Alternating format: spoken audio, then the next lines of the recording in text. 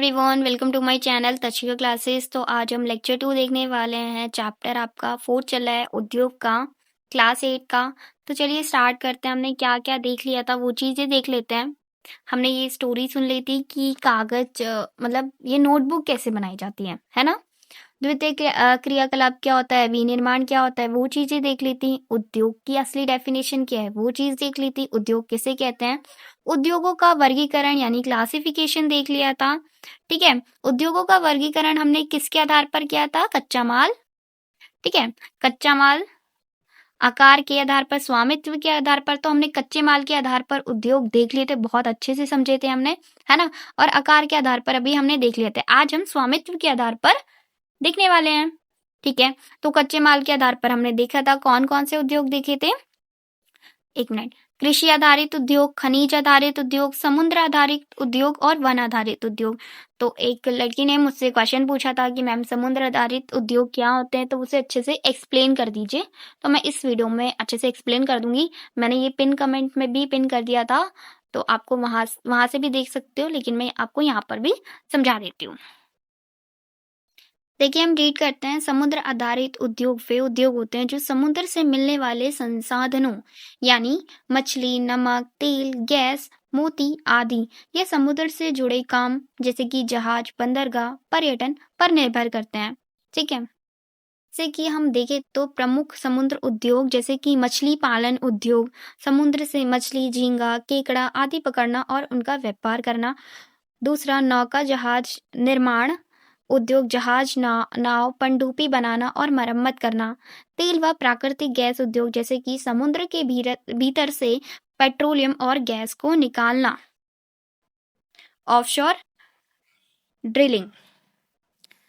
चौथा, नमक उद्योग, समुद्री पानी को सुखाकर नमक बनाना।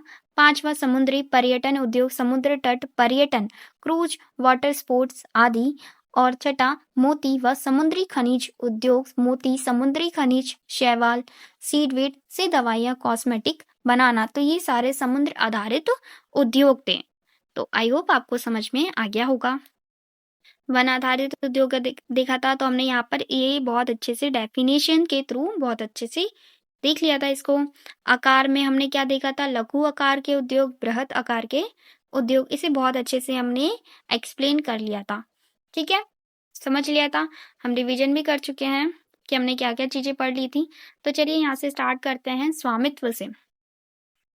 स्वामित्व को इंग्लिश में हम क्या बोलते हैं, ओनरशिप। स्वामित्व के आधार पर उद्योगों को निजी क्षेत्र, राज्य स्वामित्व अथवा सार्वजनिक क्षेत्र, संयुक्त क्षेत्र, सहकारी क्षेत्रों में वर्गीकृत किया जाता है। तो ये चार चीजों में वर्गीकृत किया जाता है मोटा मोटा। किस पे, निजी क्षेत्र में, राज्य स्वामित्व में, सार्वजनिक क्षेत्र। तो चलिए इसको समझ लेते हैं कि स्वामित्व के आधार पर जो उद्योगों को निजी क्षेत्र, राज्य स्वामित्व अथवा सार्वजनिक क्षेत्र, संयुक्त क्षेत्र और सहकारी क्षेत्र में वर्गीकृत किया है, तो इसका मतलब होता क्या है इन चारों का, तो वो चीज देखते हैं। तो पहली बात तो स्वामित्व का मतलब क्या होता है वो चीज देखते हैं। स्वामित्व के आधार पर उद्योगों का वर्गीकरण यह बताता है कि उद्योग का मालिक कौन है, उद्योग यानी इंडस्ट्री का मालिक कौन है और उसे कौन चलाता है। इसे आसान भाषा में एक एक करके समझते हैं। जैसे कि निजी क्षेत्र यानी प्राइवेट सेक्टर, मतलब जिन उद्योगों का स्वामित्व और संचालन व्यक्ति या निजी कंपनियों के हाथ में होता है। ठीक है, जैसे कि मुख्य बातें करें तो मालिक व्यक्ति या फिर निजी कंपनी हो सकती है। उद्देश्य क्या होता है, लाभ कमाना, और सरकार का सीधा नियंत्रण नहीं होता यानी कंट्रोल नहीं होता डायरेक्ट। ठीक है, उदाहरण देखें तो Tata, Reliance, Birla, private school, private अस्पताल यानी हॉस्पिटल्स। राज्य स्वामित्व, सार्वजनिक क्षेत्र यानी पब्लिक सेक्टर की हम बात करें तो वो चीज देख लेते हैं, मतलब जिन उद्योगों का स्वामित्व और संचालन सरकार करती है। स्वामित्व का मतलब हम पहले ही देख चुके हैं। मुख्य बातें, मालिक केंद्र या राज्य सरकार होती है। ठीक है, उद्देश्य जन कल्याण यानी लोगों का कल्याण प्लस रोजगार होता है। सरकार द्वारा नियंत्रण होता है यानी सरकार का कंट्रोल होता है इसके ऊपर। इसका एग्जाम्पल आप कुछ देख सकते हैं, जैसे कि रेल, ONGC, भारतीय रेलवे, BSNL। संयुक्त क्षेत्र यानी जॉइंट सेक्टर की बात करें तो हम इसका मतलब क्या होता है, जिन उद्योगों में सरकार और निजी कंपनी व्यक्ति दोनों ही मिलकर निवेश करते हैं, निवेश यानी इन्वेस्टमेंट इनपुट्स लगाते हैं, तो उसी को होता है। ठीक है, मुख्य बात है हम देखिए, मालिक क्या होता है, सरकार प्लस निजी क्षेत्र दोनों, उद्देश्य लाभ प्लस जनहित दोनों ही होता है, दोनों की साझेदारी, पार्टनरशिप इंग्लिश में कहते हैं। ठीक है, उदाहरण देखे थे मारुति सुजुकी, पहले भारत सरकार प्लस सुजुकी, कुछ राज्य औद्योगिक निगम, सहकारी क्षेत्र यानी कोऑपरेटिव सेक्टर की बात करें तो मतलब जिन उद्योगों का स्वामित्व लोगों के समूह यानी सदस्यों के पास होता है और वे मिलकर चलाते हैं। मुख्य बातें, मालिक, सदस्य, किसान, मजदूर, उपभोक्ता। उपभोक्ता कौन होते हैं, कंज्यूमर। उद्देश्य सदस्यों का कल्याण और लाभ सब में बांटा जाता है। उदाहरण देखें तो अमूल डेयरी, सहकारी बैंक, सहकारी चीनी मिल। अगर एक लाइन में समझे तो इसे देखते हैं, निजी क्षेत्र जो होता है वो एक कंपनी और व्यक्ति में, सार्वजनिक क्षेत्र सरकार का इस पे कंट्रोल होता है, संयुक्त क्षेत्र सरकार प्लस निजी दोनों ही होता है, सहकारी क्षेत्र लोगों का समूह। तो बहुत अच्छे से हमने ये गूगल से समझ लिया, तो अभी हम यहाँ से स्टार्ट करते हैं। ठीक है, निजी क्षेत्र के उद्योगों का स्वामित्व और संचालन या तो एक व्यक्ति द्वारा या व्यक्तियों के समूह द्वारा किया जाता है। ठीक है, तो हमने निजी क्षेत्र को बहुत अच्छे से पीडीएफ से समझा ना, तो यहाँ पे आपको एकदम अच्छे से समझ गया हो गया, समझ में आ गया होगा कि निजी क्षेत्र का के उद्योगों का स्वामित्व और संचालन या तो एक व्यक्ति करते हैं या तो व्यक्तियों का समूह द्वारा किया जाता है। सार्वजनिक क्षेत्र के उद्योगों का स्वामित्व जो होता है और संचालन सरकार द्वारा होता है, जैसे कि हिंदुस्तान एरोनॉटिक्स लिमिटेड और steel authority of India limited. मैंने कुछ एग्जाम्पल्स आपको समझाए हैं, मतलब दिए थे उस पीडीएफ में, और यहाँ पर भी एग्जाम्पल्स दिए हुए हैं, आप एग्जाम्पल यहाँ से याद कर सकते हैं। ठीक है, संयुक्त क्षेत्र के उद्योगों का मतलब समझते हैं। देखिए ये रहा संयुक्त क्षेत्र के उद्योग।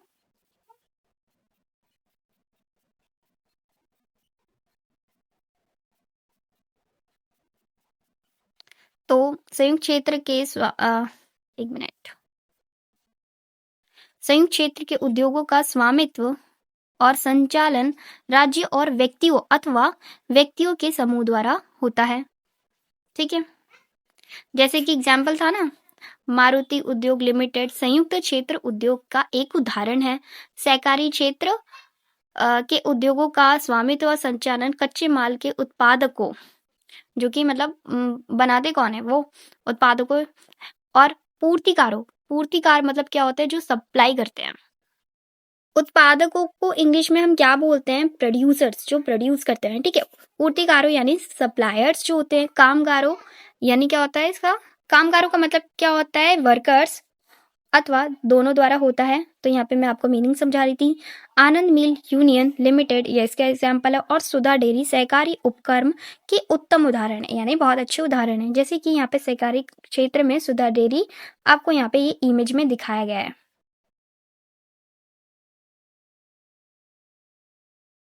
ठीक है, यहाँ पे लिखा है सुधा डेयरी सहकारी उपक्रम। सहकारी उपक्रम का मतलब क्या होता है वो चीज जान लेते हैं।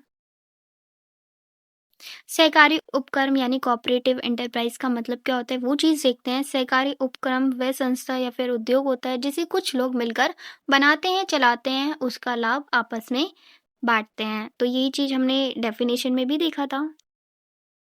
जैसे कि हमने यहाँ पे डेफिनेशन देखा था ना, सहकारी क्षेत्र, जैसे कि फिर से देखिए, जिन उद्योगों का स्वामित्व लोगों के समूह सदस्यों के पास होता है वे मिलकर चलाते हैं और वे मिलकर चलाते हैं। ठीक है, और ये क्या था, सहकारी उपक्रम। ठीक है, तो चलिए हम दूसरे टॉपिक पे पहुंच गए हैं, जो कि क्या है, उद्योगों की अवस्थिति। अवस्थिति को इंग्लिश में क्या कहते हैं, लोकेशन। ठीक है, को प्रभावित यानी उस पर असर डालने वाले कारक कौन से हैं, इफेक्ट होने वाले कारक, वे कारक जो उद्योगों की अवस्थिति को प्रभावित करते हैं, जैसे कि कच्चे माल की उपलब्धता, मतलब कच्चा माल कितना उपलब्ध है। ठीक है, यानी कितना अवेलेबल है। ठीक है, भूमि यानी लैंड, जल वाटर, श्रम यानी लेबर, शक्ति यानी पावर, पूंजी यानी कैपिटल, जैसे इंग्लिश में कहते हैं। पूंजी का मतलब क्या होता है, हम कितने पैसे लगा रहे हैं, उसका मतलब क्या होता है, पूंजी। परिवहन यानी ट्रांसपोर्ट, बाजार यानी मार्केट। तो ये सारे क्या हैं, ये कारक हैं जो कि उद्योगों की अवस्थिति यानी लोकेशन को प्रभावित कर सकते हैं यानी असर डाल सकते हैं। जैसे कि उद्योग उन्हीं स्थानों पर केंद्रित होते हैं या मतलब प्रेजेंट होते हैं। केंद्रित का मैंने आपको एक बार मीनिंग बहुत अच्छे से समझाया अपनी पिछली वीडियोस में, ठीक है, जहाँ इनमें से कुछ या सभी कारक आसानी से उपलब्ध होते हैं, ठीक है। तो वहीं पर ये क्या होते हैं, ये सारे उद्योग वहीं पर केंद्रित होते हैं। जैसे कि कभी कभी सरकार कम दाम पर विद्युत उपलब्धता यानी इलेक्ट्रिसिटी प्रोवाइड करा देती है, कम दाम पर, है ना, कम कॉस्ट पर, कम पैसों पर, ठीक है। और हाँ, कम परिवहन लागत यानी कॉस्ट कम आती, परिवहन यानी ट्रांसपोर्ट की, और अन्य अवसंरचना जैसे कि प्रोत्साहन प्रदान करती है। अवसंरचना मतलब इंग्लिश में हम बोले तो क्या होता है, इंफ्रास्ट्रक्चर। इसका बहुत अच्छे से हम एक्सप्लेनेशन देखने वाले हैं, ठीक है। प्रोत्साहन यानी हौसला देना, ठीक है, प्रदान करती है ताकि पिछड़े क्षेत्रों में भी उद्योग स्थापित किया जा सके, ठीक है। और औद्योगिकरण से प्राय नगरों और शहरों का विकास और वृद्धि हो सके यानी डेवलपमेंट हो सके, ग्रोथ हो सके। औद्योगिकरण क्या होता है वो चीज हम देखेंगे। अभी इस इमेज को देख लेते हैं, ठीक है। उद्योगों की अवस्थिति संबंधी कारक, अवस्थिति यानी क्या होता है, लोकेशन, इसे आप लिख भी सकते हैं। क्या क्या चीजें देखी थी, संचार, परिवहन, भूमि, विद्युत, कच्चा माल, श्रम, पूंजी, बाजार और जल। तो चलिए जो हमने मुश्किल मुश्किल वर्ड्स देखे हैं वो चीज हम देख लेते हैं। जैसे कि पहला वर्ड हमने क्या देखा था, इंफ्रास्ट्रक्चर यानी अवसंरचना। तो इसका मतलब समझ लेते हैं बहुत अच्छे से। इंफ्रास्ट्रक्चर का मतलब होता है देश या समाज की वे बुनियादी सुविधाएं यानी फंडामेंटल जो सुविधाएं होती हैं और ढांचे जिसके बिना आर्थिक विकास यानी इकोनॉमिक डेवलपमेंट और दैनिक जीवन सुचारू रूप से यानी अच्छे रूप से चल नहीं सकता है, ठीक है। तो एक बार फिर से रीड करते हैं। इंफ्रास्ट्रक्चर का मतलब क्या होता है, देश या समाज की वे बुनियादी सुविधाएं और ढांचे जिनके बिना आर्थिक विकास और दैनिक जीवन सुचारू रूप से नहीं चल सकता है।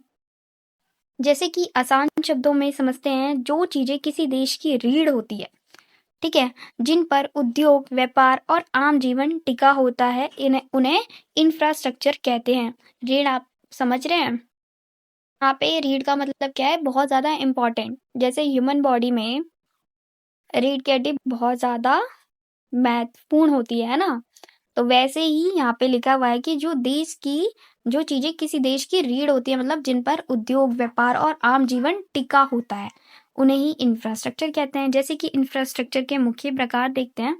भौतिक इंफ्रास्ट्रक्चर यानी फिजिकल इंफ्रास्ट्रक्चर, ये दिखाई देने वाली सुविधाएं होती हैं जैसे कि सड़कें, पुल, रेलवे, हवाई अड्डा, बिजली, पानी की आपूर्ति यानी पानी की सप्लाई कितनी है, दूर संचार, ठीक है। सामाजिक इंफ्रास्ट्रक्चर यानी सोशल इंफ्रास्ट्रक्चर, सामाजिक को इंग्लिश में क्या बोलते हैं, सोशल, ठीक है। ये मानव विकास से जुड़ी होती है। स्कूल, कॉलेज, अस्पताल, आवास, आवास क्या होता है, रहने का स्थान, पुलिस, न्याय व्यवस्था। अब ये भी चीज देख लेते हैं इंफ्रास्ट्रक्चर क्यों जरूरी है। तो उद्योग और व्यापार को बढ़ावा देने के लिए उद्योग और व्यापार को बढ़ावा देता है, रोजगार के अवसर पैदा करता है और जीवन स्तर सुधरता है यानी लाइफस्टाइल सुधरता है। औद्योगिकरण हमने ये वर्ड देखा था तो वो उसका मतलब देख लेते हैं। औद्योगिकरण क्या होता है, ये एक ऐसी प्रक्रिया है जिसमें किसी देश या समाज की अर्थव्यवस्था कृषि आधारित होने से बदलकर बड़े पैमाने पर मशीनों और कारखानों के जरिए वस्तुओं के उत्पादन पर निर्भर हो जाती है। यानी कृषि आधारित ना होकर बड़े पैमाने पर मशीनों, कारखानों के जरिए वस्तुओं के उत्पादन पर निर्भर हो जाती है, ठीक है, जिससे आर्थिक विकास, तकनीकी उन्नति और शहरीकरण को बढ़ावा मिलता है। तकनीकी यानी टेक्नोलॉजी को मिलता है, ठीक है, और समाज की सामाजिक आर्थिक स्थिति में बड़ा बदलाव आता है। जैसे हमने कृषि वाले चैप्टर में पढ़ा था कि हमारे देश में बहुत ज्यादा कृषि होती है। तो औद्योगिकरण का मतलब क्या होता है कि कृषि आधारित मतलब ना होकर हम बड़े पैमाने पर मशीनों और कारखानों के जरिए वस्तुओं का उत्पादन करें, ठीक है। तो इसी को हम क्या बोलते हैं, औद्योगिकरण, ठीक है। अब जैसे कि यहाँ पे हम मुख्य बिंदु पढ़ते हैं, कृषि से उद्योग की ओर। ये कृषि पर आधारित आधारित अर्थव्यवस्था से हटकर उद्योगों और विनिर्माण यानी मैन्युफैक्चरिंग पर आधारित अर्थव्यवस्था बनाने की प्रक्रिया है। ठीक है। मशीनीकरण और उत्पादन, इसमें कई तकनीक, मशीनों और कारखानों का उपयोग करके वस्तुओं का बड़े पैमाने पर उत्पादन यानी प्रोडक्शन। ठीक है, बड़े पैमानों पर वस्तुओं को बनाना यानी उत्पादन कहलाता है। ठीक है, उत्पादन किया जाता है जिससे कि उत्पादकता बढ़ती है। ठीक है। आर्थिक परिवर्तन, इसका मतलब क्या होता है? ये आर्थिक विकास, रोजगार के लिए नए अवसर, ठीक है, और आय के स्तर में वृद्धि करता है। जैसे जैसे नए उद्योग आएंगे, है ना, नई नई इंडस्ट्री बनेगी, तो उसमें मजदूरों की और मतलब बहुत सारे लोगों के लिए रोजगार के अवसर पैदा होंगे, है ना। तो वही चीज इसमें लिखी हुई है। सामाजिक बदलाव, ये शहरीकरण यानी सिटीज का विकास और लोगों की जीवन शैली में बदलाव, जैसे कि निश्चित समय पर काम पर जाना लाता है। जैसे कि उदाहरण हम देखें तो हाथ से जूते बनाने की जगह मशीनों से लाखों जूते बनाना। खेती के औजारों में सुधार, मशीनों का प्रयोग। अगर हम संक्षेप में देखें तो औद्योगिकरण एक व्यापक आधुनिकीकरण और आर्थिक पुनर्गठन की प्रक्रिया है जो मशीनों और कारखानों के माध्यम से उत्पादन को बढ़ाती है और समाज को बदलती है। कि हाथ से भी जूते बन सकते हैं लेकिन हम मशीनों का उपयोग करेंगे। यही चीज लिखी है, औद्योगिकरण एक व्यापक आधुनिकीकरण और आर्थिक पुनर्गठन की प्रक्रिया जो मशीनों और कारखानों के माध्यम से उत्पादन को बढ़ाती है। ठीक है, मशीन आएंगी तो बहुत सारा चीजें बन पाएगी आसानी से और समाज को बदलती है। औद्योगिक तंत्र क्या होता है? यानी औद्योगिक यानी इंडस्ट्रियल सिस्टम, इसे इंग्लिश में बोले तो तंत्र को हम क्या बोलते हैं? सिस्टम। औद्योगिक तंत्र,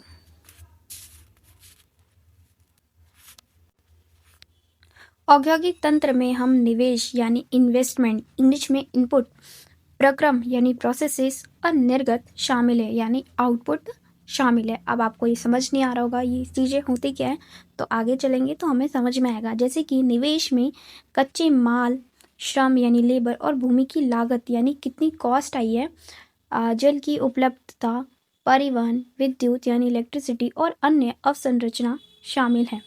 ठीक है, अवसंरचना को इंग्लिश में हम क्या बोलते हैं? इंफ्रास्ट्रक्चर। ठीक है, प्रक्रम यानी प्रोसेसेस में कई तरह के क्रियाकलाप यानी एक्टिविटीज शामिल होती हैं जो कच्चे माल को परिष्कृत मतलब समझ में आता है आपको? फिनिश्ड, है ना, यानी साफ माल में। तो हम यहाँ पर परिष्कृत माल में परिवर्तित करते हैं यानी चेंज करते हैं।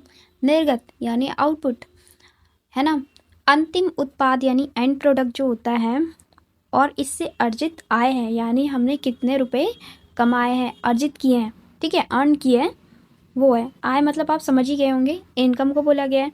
जैसे कि सूती वस्त्र उद्योग यानी टेक्सटाइल इंडस्ट्री जो होती है के संदर्भ में कपास यानी कॉटन, मानव श्रम, लेबर, कारखाना और परिवहन लागत निवेश हो सकते हैं। लागत यानी कॉस्ट, निवेश यानी इनपुट यानी इन्वेस्टमेंट हो सकते हैं। प्रक्रमों यानी प्रोसेसेस में उटाई, कटाई, बुनाई, रंगाई और छपाई शामिल है। कमीज जिसे आप पहनते हैं वो उत्पादन है। उत्पादन का मतलब यहाँ पर क्या है? आउटपुट है। ठीक है, तो आपको ये सारी चीज़ें समझ नहीं आएगी, यानी प्रक्रम में उटाई, कटाई, बुनाई, रंगाई, ये सारी चीज़ें क्या होती है, तो उसे हम अच्छे से समझ लेते हैं। तो ये सभी शब्द वस्त्र कपड़ा उद्योग से जुड़े हुए हैं। कपड़ा बनाने की प्रक्रिया में ये अलग अलग चरण यानी स्टेजेस हैं। आसान भाषा में समझते हैं। उटाई यानी स्पिनिंग, जिसे हम इंग्लिश में कहते हैं, मतलब क्या होता है? रुई, ऊन, रेशे से धागा बनाना। कच्चा रेशा, धागा, कच्चे रेशे से हम क्या बना रहे हैं? धागा बना रहे हैं। उदाहरण क्या है? कपास से सूत बनाना।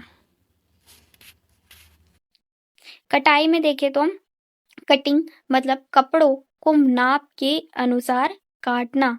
सिला जाने वाला कपड़ा काटा जाता है। उदाहरण शर्ट पैंट के लिए कपड़े के टुकड़े काटना। बुनाना, जैसे इंग्लिश में हम क्या कहते हैं? विविंग, मतलब क्या होता है? धागों को आपस में बुनकर कपड़ा बनाना। ताना प्लस बाना, कपड़ा। ठीक है, उदाहरण साड़ी, चादर, सूती कपड़ा। ठीक है, रंगाई यानी डाइंग, मतलब कपड़े या धागे में रंग भरना। ठीक है, जैसे कि सफेद कपड़ा, उसे हमने क्या बना दिया, रंग डाल के रंगीन कपड़ा बना दिया। उदाहरण, नीली जीन्स, लाल साड़ी। छपाई, प्रिंटिंग किसे कहते हैं, आपने छपाई का मतलब क्या होता है, कपड़े पर डिजाइन या फिर प्रिंट छापना, जैसे कि फूल, आकृति, डिजाइन बनाना। उदाहरण, प्रिंटेड कुर्ती, बेडशीट आपने देखी होंगी मार्केट में, तो वो छपाई का एग्जाम्पल है। पूरी प्रक्रिया एक साथ देखी तो रेशा, ओटाई, यहाँ पे मैं बात कर रही हूँ रेशे से फिर ओटाई, ओटाई से धागा, फिर बुनाई की जाती है, फिर कपड़ा बनाया जाता है, फिर रंगाई की जाती है, फिर छपाई, फिर कटाई और फिर तैयार हो गया वस्त्र हमारा, यानी कपड़ा। यहाँ पर आपको क्रियाकलाप दिया हुआ है, यानी एक्टिविटी दी हुई है। चमड़े से जूते के विनिर्माण में शामिल, यानी चमड़े से जूते बनाया जाता है ना, तो उस विनिर्माण में शामिल निवेश, प्रक्रम और निर्गत को ज्ञात कीजिए, यानी बताइए इसमें निवेश क्या हो सकता है, प्रक्रम यानी कौन कौन से प्रोसेसेस हैं, और निर्गत यानी आउटपुट क्या होगा। ठीक है, तो ये चीज आप बताइए क्या। औद्योगिक प्रदेश की बात कर लेते हैं। औद्योगिक प्रदेश क्या होते हैं, यानी इंडस्ट्रियल रीजन्स इंग्लिश में कहते हैं इसको। ठीक है, ठीक है। औद्योगिक प्रदेश का विकास तब होता है, विकास यानी डेवलपमेंट तब होता है, ठीक है। विकास को हम इंग्लिश में ये बोल सकते हैं, डेवलपमेंट तो बोलते ही है, इमर्ज इसका मतलब क्या होता है, उभरता हुआ, है ना। विकास को एक तरह से हम ऐसे भी समझते हैं, तब होता है जब कई तरह के उद्योग एक दूसरे के निकट स्थित होते हैं, यानी बहुत ज़्यादा क्लोज होते हैं, एक दूसरे के अ, एक दूसरे के निकट स्थित होते हैं। वे अपनी निकटता के लाभ आपस में बांटते हैं, यानी उसका बेनिफिट आपस में बांटते हैं। विश्व के प्रमुख औद्योगिक प्रदेश पूर्वोत्तर अमेरिका, पश्चिमी मध्य यूरोप, पूर्वी एशिया है। मुख्य औद्योगिक प्रदेश अधिकांशतः यानी ज्यादातर सुतोष्ण कटिबंधीय क्षेत्रों। अब आपको ये समझ नहीं आया होगा ये वर्ड क्या होता है, तो हम एक्सप्लेन करेंगे इसको। समुद्री पत्तनों के समीप यानी उसके पास, और विशेष तौर पर कोयला क्षेत्रों के निकट स्थित होते हैं। निकट का मतलब क्या होता है, पास। ठीक है, जैसे कि यहाँ पे ये मैप दिया हुआ है,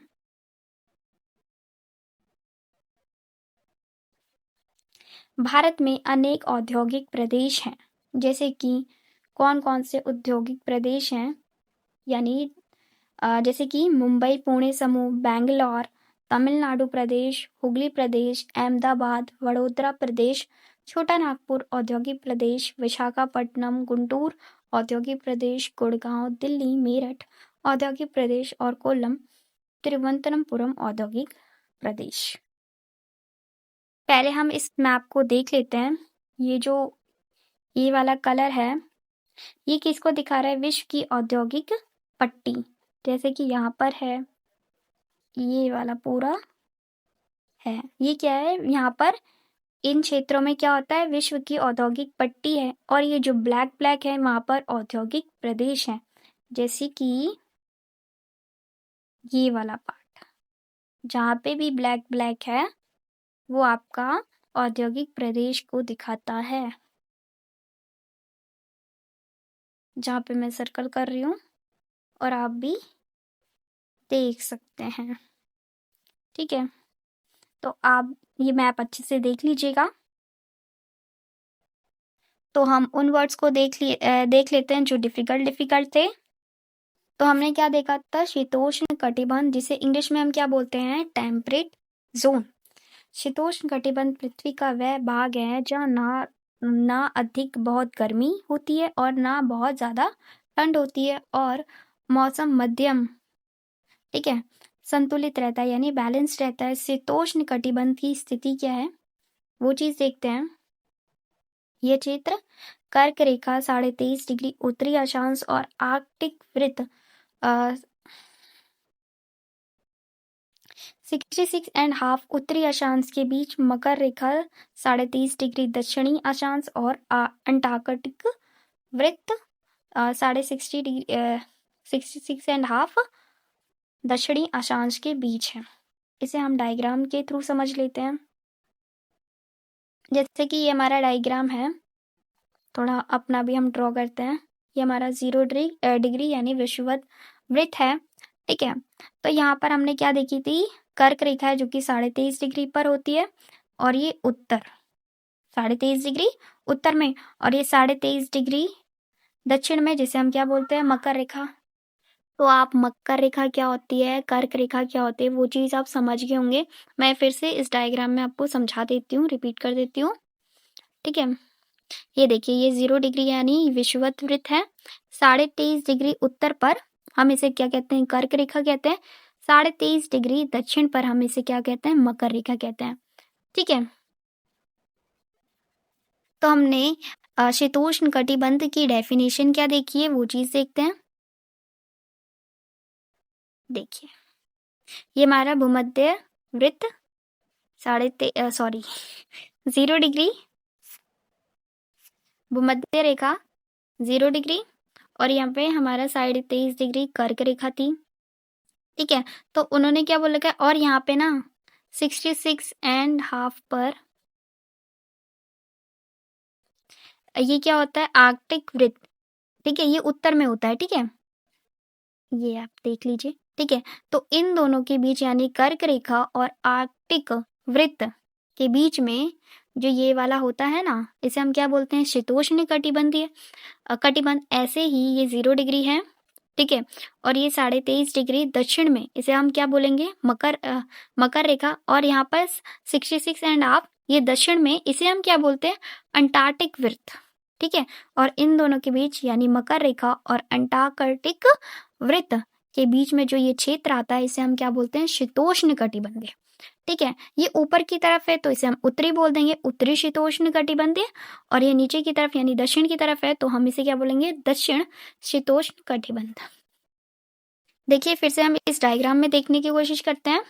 देखिए, ये 23.5 डिग्री कर्क रेखा उत्तर में, और ये आर्कटिक वृत्त 66.5, तो इसके बीच में जो भी क्षेत्र आता है उसे हम क्या बोलते हैं, उत्तरी शीतोष्ण कटिबंधीय, ठीक है।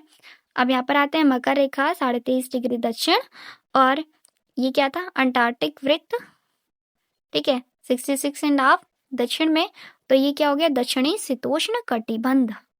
आई होप आपको चीज़ें समझ में आ रही होगी। कमेंट में ज़रूर बताना मुझे मेरा एक्सप्लेनेशन आपको कैसा लग रहा है। आपके कमेंट्स मुझे बहुत ज़्यादा मोटिवेट करते हैं, ठीक है। तो प्लीज़ कमेंट किया कीजिए। शीतोष्ण कटिबंध की विशेषताएं क्या होती है, वो चीज़ देख लेते हैं। मौसम सुहावना, सर्दी और गर्मी दोनों ही पड़ती है। खेती के लिए अनुकूल रहता है, यानी खेती के लिए अच्छा रहता है, यानी खेती के अनुसार होता है, मतलब जो जो चीज़ें चाहिए होती है वैसा ही मौसम रहता है। घास के मैदान, पर्णपाती वन पाए जाते हैं। समुद्री पतन हमने देखा था ना, वो चीज़ देख लेते हैं क्या होता है। सी पॉट का मतलब समुद्री पतन वह स्थान होता है समुद्र के किनारे जहां पर जहाज आते जाते हैं, माल यानी सामान, यात्रियों की लोडिंग अनलोडिंग होती है और व्यापार व आवागमन किया जाता है। आसान शब्दों में समझे तो समुद्र के किनारे बना हुआ बड़ा स्थान जहां जहाज रुकते हैं उसे समुद्री पतन कहते हैं। समुद्री पतन के मुख्य काम क्या क्या होते हैं, जहाज़ों को ठहरने की जगह यानी रुकने की जगह, आयात निर्यात का सामान लादना उतारना, यात्रियों का आना जाना, विदेशी व्यापार में मदद, ठीक है। आवागमन मतलब क्या होता है, यहाँ पे वर्ड आया था ना आवागमन, तो इसका मतलब क्या होता है, आना जाना दोनों ही। भारत में प्रमुख समुद्री पतन कौन कौन से, वो चीज़ें देखते हैं। जैसे कि मुंबई पतन, कोलकाता पतन, चेन्नई पतन, विशाखापट्टनम, कांडला, दीनदयाल पतन। अब हम ये चीज़ देखते हैं कि समुद्री पतन क्यों जरूरी है। अंतर्राष्ट्रीय व्यापार होता है, ठीक है। देश की अर्थव्यवस्था यानी इकोनॉमिक बहुत अच्छी से होती है, मजबूत होती है, ठीक है। रोजगार के अवसर बढ़ते हैं। अगर हम इसे एक लाइन में देखना चाहें तो हम क्या बोलेंगे, समुद्र के किनारे स्थित वे स्थान जहाँ पे जहाज़ों द्वारा माल और यात्रियों का आवागमन होता है समुद्री पतन कहलाता है। लोडिंग और अनलोडिंग आपको पता होगा, लेकिन जिनको नहीं पता है मैं उनको बता देती हूँ, ठीक है। लोडिंग का अर्थ क्या होता है, सामान माल या वस्तु को चढ़ाना, ठीक है। जहाज पर माल चढ़ाना, ट्रक में अनाज भरना, कंप्यूटर में फाइल खोलना, डेटा लोड करना, डेटा लोड होना। अनलोडिंग का मतलब क्या होता है, सामान, माल और वस्तु को उतारना, वस्तु यानी चीज, थिंग, ठीक है। उदाहरण, जहाज से माल उतारना, ट्रक से सामान निकालना, कंप्यूटर से फाइल बंद होना, डेटा अनलोड होना, ये सारी चीजें इसके अंतर्गत आती है। एक लाइन में भी देख लो, चढ़ाना यानी लोडिंग करना, उतारना यानी अनलोडिंग करना। आई नो आपको ये चीज पता है, लेकिन फिर भी ठीक है। तो चलिए हम रिवीजन कर लेते हैं। ठीक है, स्वामित्व के आधार पर हमने उद्योगों को निजी क्षेत्र, राज्य स्वामित्व अथवा सार्वजनिक क्षेत्र, संयुक्त क्षेत्र और सहकारी क्षेत्र में वर्गीकृत यानी क्लासिफाई किया है यानी बांटा है। निजी क्षेत्र के उद्योगों का स्वामित्व और संचालन या तो एक व्यक्ति द्वारा या व्यक्तियों के समूह द्वारा किया जाता है। सार्वजनिक क्षेत्र के उद्योगों का स्वामित्व और संचालन सरकार द्वारा होता है, जैसे कि हिंदू एरोटॉनिक्स लिमिटेड और steel authority of India limited. संयुक्त क्षेत्र के उद्योगों का स्वामित्व संचालन राज्यों और व्यक्तियों अथवा व्यक्तियों के समूहों द्वारा होता है। मारुति उद्योग लिमिटेड संयुक्त क्षेत्र के उद्योग का एक उदाहरण है। सहकारी क्षेत्र के उद्योगों का स्वामित्व और संचालन कच्चे माल के उत्पादकों या पूर्तिकारों यानी सप्लायर्स, कामगारों यानी वर्कर्स अथवा दोनों द्वारा होता है। आनंद मिल्क यूनियन लिमिटेड और सुधा डेयरी सहकारी उपक्रम के उत्तम उदाहरण है। सहकारी उपक्रम क्या होता है वो चीज़ हमने बहुत अच्छे से देख ली है। ठीक है, यहाँ पर आपको इमेज भी दिख रही होगी और यहाँ पर हमने ये उद्योगों की अवस्थिति संबंधी कारक भी देख लिए हैं। उद्योगों की अवस्थिति यानी लोकेशन को प्रभावित करने वाले कारक कौन कौन से देखे थे? वे कारक जो कि उद्योगों की अवस्थिति को प्रभावित करते हैं, जैसे कि कच्चे माल की उपलब्धता, भूमि, जल, श्रम, शक्ति, पूंजी, परिवहन और बाजार हैं। ठीक है, उद्योग उन्हीं देखो मैं आपको क्वेश्चन ही बताना भूल गई, सॉरी, मैं आपको बता देती हूँ। ठीक है, स्वामित्व के आधार पर उद्योगों को निजी क्षेत्र मतलब किन में वर्गीकृत किया जाता है? तो आप आंसर क्या लिखेंगे? निजी क्षेत्र, राज्य स्वामित्व, सार्वजनिक क्षेत्र, संयुक्त क्षेत्र और सहकारी क्षेत्र। आप इसकी डेफिनेशन मैंने जो आपको पीडीएफ से पढ़ाया है वो चीज़ आप देख लेंगे और वहाँ से लिख लेंगे अच्छे से। ठीक है, देखो यहाँ पर भी आपको डेफिनेशन दे रखी है कि निजी क्षेत्र क्या होता है, सार्वजनिक क्षेत्र क्या होते हैं और इनके एग्जाम्पल भी दे रखे हैं। तो आप यहाँ से भी लिख सकते हैं, जहाँ से आपको इजी लगेगा वही चीज़ें लिखी हुई हैं तो आप कहीं से भी लिख सकते हैं। ठीक है, सहकारी क्षेत्र के उद्योग मतलब क्या होते हैं वो चीज़ आप क्वेश्चन बनाएंगे और यहाँ से इसका आंसर भी लिख लेंगे। ठीक है, यहाँ पर इसका एग्जाम्पल भी दे रखा है आपको। ठीक है, अब दूसरा क्वेश्चन आप क्या बनाएंगे उद्योगों की अस्तित्व को प्रभावित करने वाले कारक कौन से हैं, जिसमें आप ये सारी चीजें लिख देंगे। ठीक है, और अगला क्वेश्चन क्या बनाएंगे कि उद्योग उन्हीं स्थानों पर केंद्रित होते हैं। तो उद्योग किन स्थानों पर केंद्रित होते हैं? तो आंसर क्या लिखेंगे? जहां इनमें से कुछ या ये सभी कारक आसानी से उपलब्ध होते हैं। तो ये सारे आप कारक फिर से लिख देंगे। ठीक है, कभी कभी सरकार कम दाम पर भी विद्युत उपलब्धता, कम परिवहन लागत और अन्य अवसंरचना जैसे कि प्रोत्साहन प्रदान करती है ताकि पिछड़े क्षेत्रों में उद्योग स्थापित किया जा सके। औद्योगिकरण को मैंने बहुत अच्छे से इस वीडियो में एक्सप्लेन किया है, अवसंरचना को बहुत अच्छे से एक्सप्लेन किया है, तो आप अपनी लैंग्वेज में ईजी लैंग्वेज में छोटा छोटा करके अपनी बुक में लिख सकते हैं, क्योंकि ये वर्ड्स आपको बार बार रिपीट होते हुए दिखेंगे। ठीक है, तो फिर आपको नहीं समझ में आएगा तो इसलिए दिक्कत होगा, तो प्लीज़ लिख लीजिएगा। ठीक है, औद्योगिकरण से प्राय नगरों और शहरों का विकास एवं वृद्धि होती है। नेक्स्ट क्वेश्चन आप ये बनाएंगे कि औद्योगिक तंत्र में क्या क्या शामिल है, तो ये 3 चीज़ें आप लिख देंगे अच्छे से।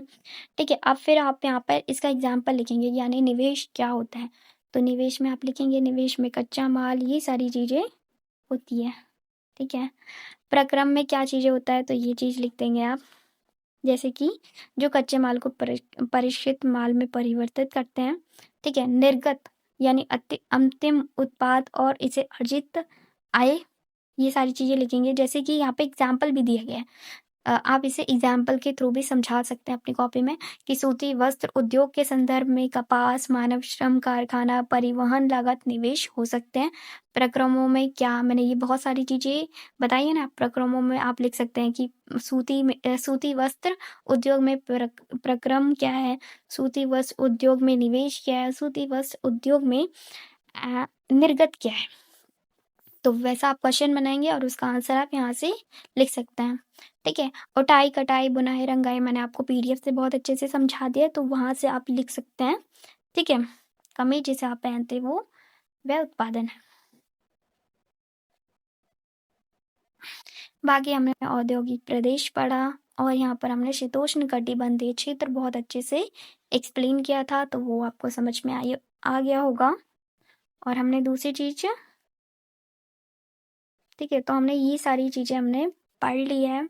आपका काम क्या है, कमेंट बॉक्स में ज़रूर बताना कि आपको ये वीडियो कैसा लगा। वीडियो कंप्लीट नहीं हुई है अभी, ठीक है, तो अभी भागना नहीं है आपको। पहले मैं बता देती हूँ आपका होमवर्क क्या है।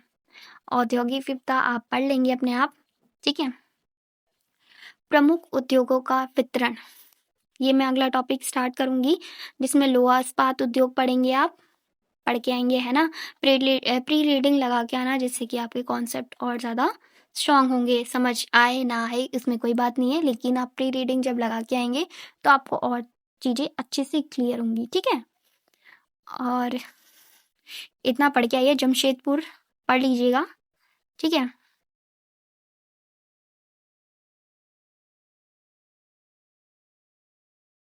तो चलिए ठीक है, आज की वीडियो के लिए इतना ही। प्लीज़ इस वीडियो को लाइक कीजिएगा, क्योंकि जब आप लाइक करते हैं तो मुझे बहुत अच्छा लगता है।